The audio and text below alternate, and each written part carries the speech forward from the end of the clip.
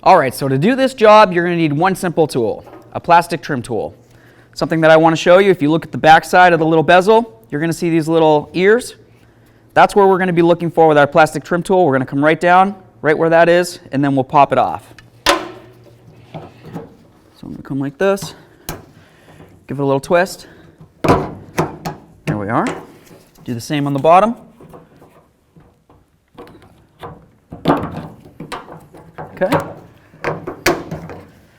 There we are. Let's get this puppy installed. Just going to line it up. Should want to press right in. A couple loving bonks. Get those clips in there. Beautiful.